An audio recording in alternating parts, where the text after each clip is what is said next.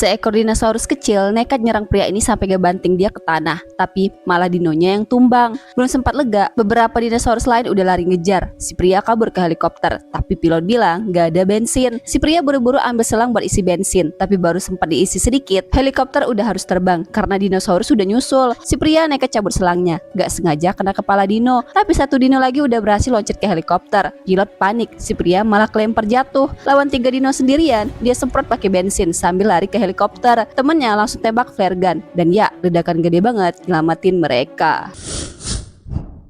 Dokter ini udah sering nemu kasus aneh, tapi yang satu ini bikin dia senyum lebar. Pas ngecek perut pasien, ternyata ada tumor, tapi bukan tumor biasa. Ini adiknya sendiri. Waktu masih janin, dia nelan kembarannya dalam kandungan. Sekarang kepala dan anggota tubuh adiknya masih utuh di dalam perutnya. Aneh kan? Operasi jadi satu-satunya solusi biar dia sehat lagi. Tapi pas dokter mau angkat si adik, dia malah nolak. Dari kecil, dia yatim piatu dan baru sekarang merasa punya keluarga. Tapi akhirnya dokter bujuk dia buat tetap ambil adik itu dan dibawa pulang. Operasi pun berjalan sukses. Beberapa jam kemudian, pas dokter kasih adiknya di dalam toples, dia langsung mual. Tapi dokter udah punya rencana. Si adik bakal dijadiin spesimen dengan namanya tercatat selamanya.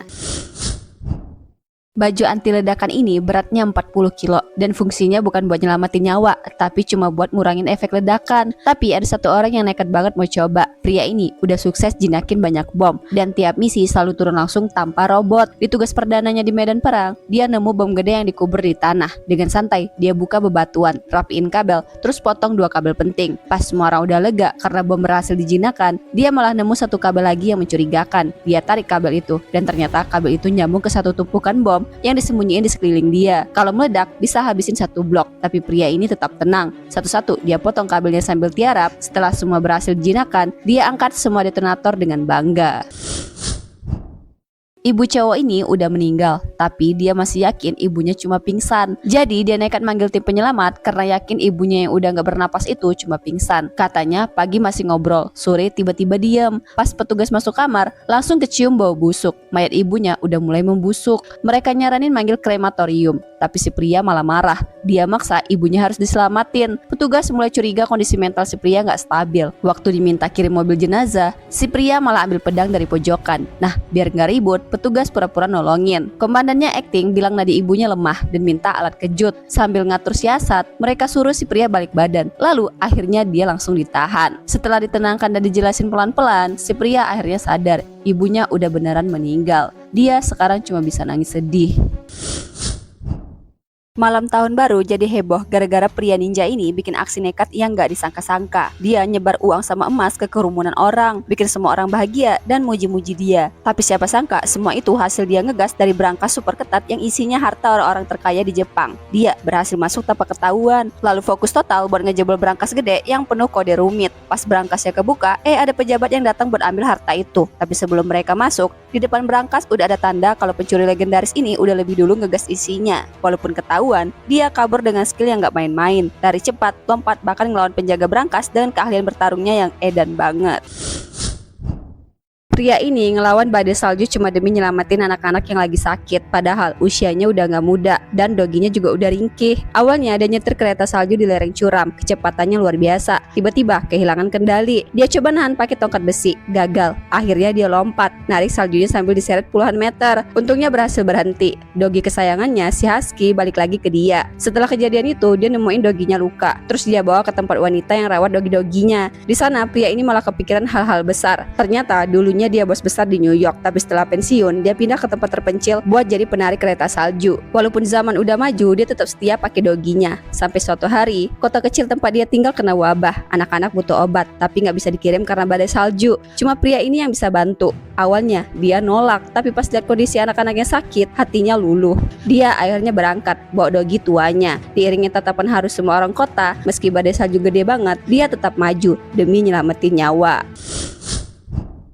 Pria ini cuma haus, minum air, muntah darah hitam. Bukannya panik, dia malah berevolusi, jadi kuat, kebal, dan gak bisa mati. Kena pukul, jatuh dari lantai 100, kebakar jadi abu, tetap hidup, sadar, punya kekuatan. Dia ngerampok ATM, tapi pacarnya diculik geng kriminal. Marah, dia ngebantai geng itu. Tapi masalah makin besar, geng lain ngebius dia buat cari rahasia kekuatannya. Karena pacarnya diancam, dia terpaksa bohong, minum air limbah Jepang aja. Pas pacarnya mati dan kena air limbah, pacarnya malah hidup lagi, jadi mutan kuat yang berbahaya. Mereka akhirnya berantem nonstop sampai si pria bawa bom dan meledak. Pacarnya tamat, tapi dia tetap hidup, lalu jadi penjaga kota yang lawan kejahatan.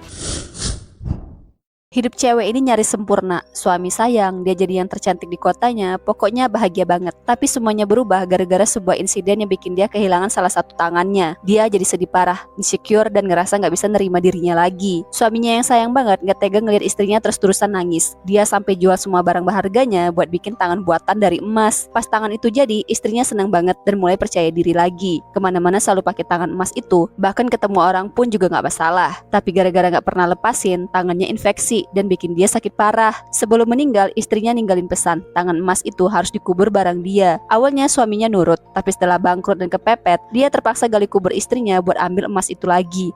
Ternyata arwah istrinya marah besar, tangan emasnya diminta balik. Akhirnya dia kasih lagi, tapi tetap aja suaminya malah dihabisin juga sama arwah istrinya itu. Serem kan?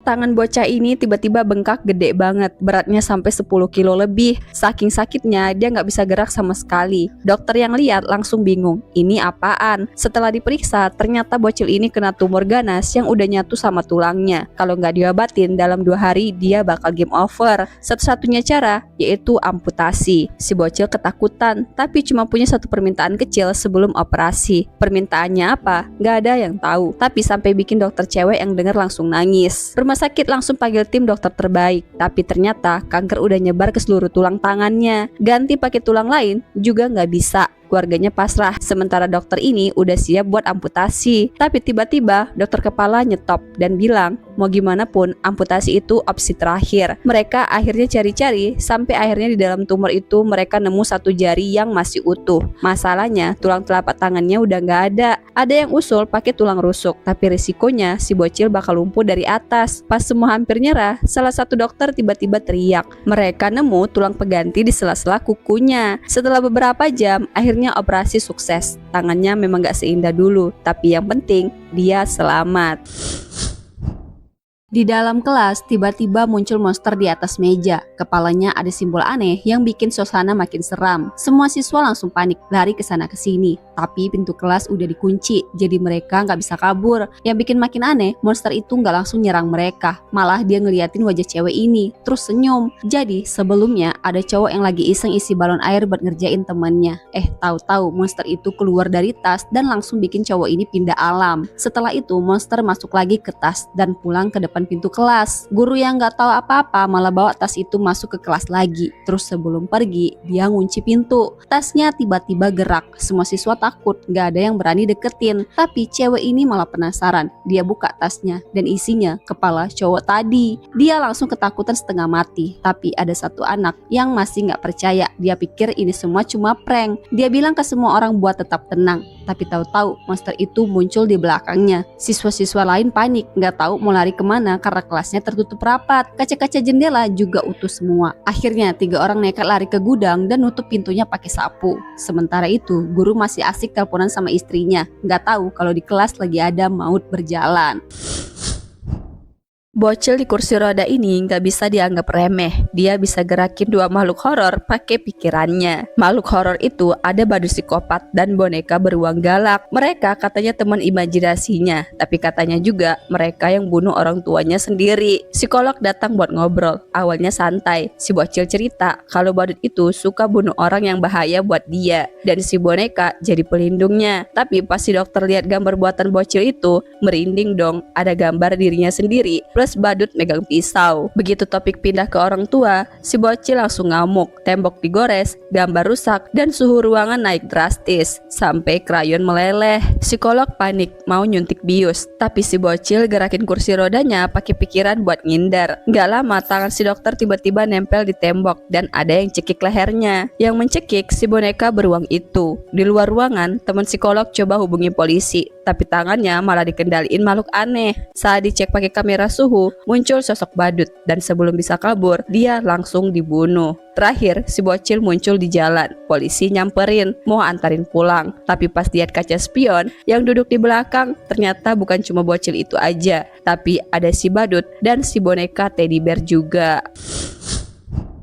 Seorang wanita disekap dan sembunyi di atas plafon, tangannya luka kena garpu besi, tapi dia tahan, gak berani bersuara. Soalnya di bawah ada pembunuh yang lagi cari dia. Biar dikira udah mati, dia muter jarinya di luka, darah netes dari pipa, bikin si pembunuh percaya dia udah tewas, lalu pergi. Begitu situasi aman, dia coba kabur, tapi semua pintu jendela terkunci dan disegel, gak ada jalan keluar. Akhirnya dia nekat pasang jebakan. Dari kain kasa mayat-mayat, dia bikin tali dan kaitkan ke atap. Pas pembunuh balik, dia pura-pura mau bundir. Begitu didekati, jebakan narik leher si pembunuh. Sempat rebutan senjata, cewek itu berhasil nebas tangan si pembunuh, tapi si pembunuh masih maju. Dia buru-buru numpuk mayat keranjang, biar beratnya bantu narik tali lebih kenceng. Akhirnya si pembunuh bener-bener gak gerak, tapi pas dicek wajahnya, cewek itu shock. Ternyata pembunuh itu adalah mantan pacarnya sendiri.